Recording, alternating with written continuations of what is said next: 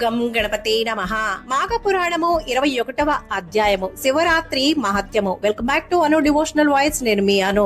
అది ఇంకో ఛానల్ కూడా ఉంది, మారుతి క్రియేటర్స్. దాని లింక్ డిస్క్రిప్షన్ లో ఇస్తాను. దాన్ని కూడా సబ్స్క్రైబ్ చేసుకుని సపోర్ట్ చేయండి. దానిలో మోటివేషనల్ కోట్స్, స్టోరీస్ కూడా ఉంటాయి. మహాశివరాత్రి మహేశ్వరునికి అత్యంత ప్రీతికరమైన రోజు. ఇది కృష్ణపక్ష చతుర్దశి నాడు వచ్చును, అనగా బహుళ అమావాస్య ముందు రోజున వచ్చు చతుర్దశినే మహాశివరాత్రి అంటారు. ఈశ్వరునికి అత్యంత ప్రీతికరమైనది అగుటచే ముల్లోకాల్లోని సమస్త ప్రాణులు శివుణ్ణి ఆరాధిస్తాయి.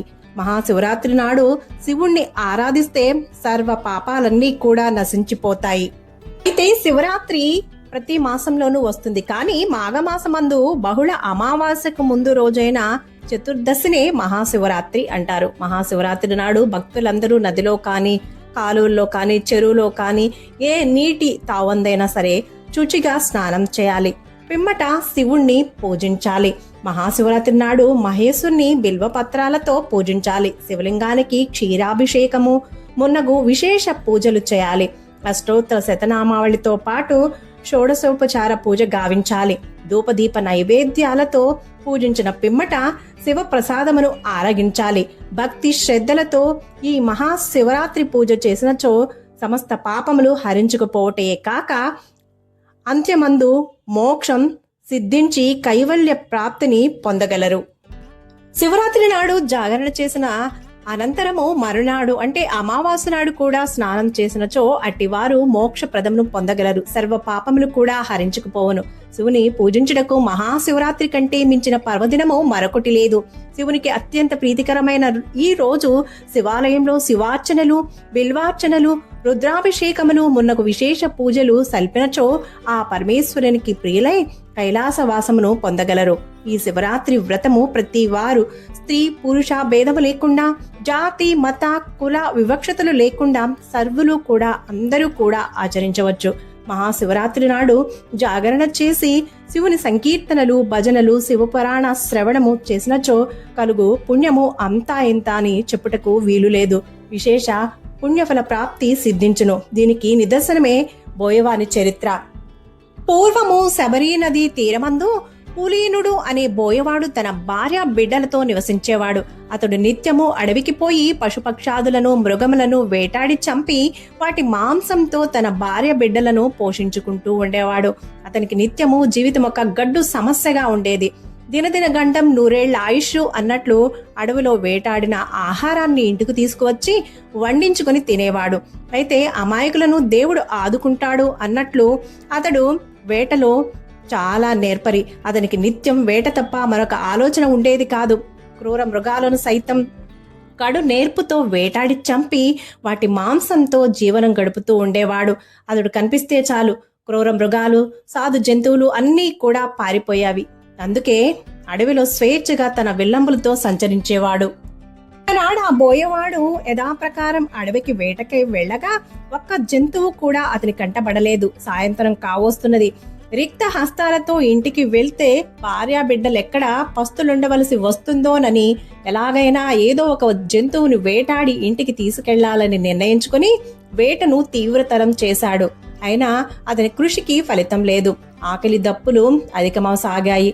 భార్యా బిడ్డల ఆలోచన అతని మనస్సును కుంగదీస్తోంది. పట్టుదల ఎక్కువైంది. ఎంతసేపైనా సరే వేటాడి ఏదో ఒక మృగమును చంపి ఇంటికి తీసుకుని పోవాలనే నిశ్చయంతో అక్కడే ఉన్న ఒక మారేడు చెట్టు నెక్కి జంతువుల కోసం నిరీక్షించసాగాడు. ఎంతసేపటికి ఫలితం దక్కలేదు. ప్రొద్దుకూకింది. అర్ధరాత్రి అయింది. అయినా పట్టు వీడలేదు. తెల్లవారుజామున చలి మంచు అధికమవసాగింది. కొమ్మలను దగ్గరగా లాక్కొని ఆకుల చాటున తన శరీరాన్ని కప్పుకున్నాడు.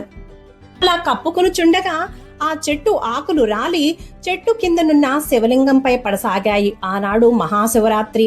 ఆ రోజంతా ఏమీ తినక, రాత్రంతా నిద్రించక మారేడు పత్రములు శివలింగముపై పడడంతో మారేడు దళములతో శివలింగార్చన చేసిన ఫలితం, ఏమీ తినక మేల్కొని ఉండడంతో మహాశివరాత్రి ఉపవాసము, జాగరణ ఫలితాలు అతనికి తెలియకుండానే దక్కాయి.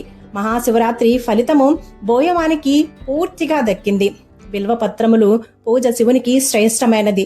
ఆ ఫలితం కూడా దక్కించుకున్నాడు. ప్రతి జీవికి వృద్ధాప్య మరణాలు, జీవితంలో ఒడిదుడుకులు ఉంటాయి. జీవుడు పూర్వజన్మలో తాను చేసుకున్న పాప పుణ్యములను అనుసరించి తదుపరి జీవితం ఉంటుంది. దీనికి భగవంతుని దృష్టిలో అందరూ సమానులే. భగవంతునికి చిన్న, పెద్ద, పేద, ధనిక అనే తారతమ్యాలు అస్సలు ఉండవు. జీవుల కర్మానుసారము అనుభవించవలసిందే. అట్లే బోయవానికి కూడా తాను చేసుకున్న పూర్వజన్మ సుకృతం వల్ల మహాశివరాత్రి ఉపవాసము, జాగరణ ఫలితాలు దక్కాయి. అప్పటి వరకు అతడు చేసిన పాపములన్నీ కూడా హరించుకుపోయాయి. మిక్కిలి పుణ్యాత్ముడైనాడు. తర్వాత వృద్ధాప్యం వచ్చి సహజ మరణం పొందాడు. మరణించిన వారి ప్రాణాలు తీసుకుపోవడానికి ముందు వచ్చేది సహజంగా యమదూతలే కదా.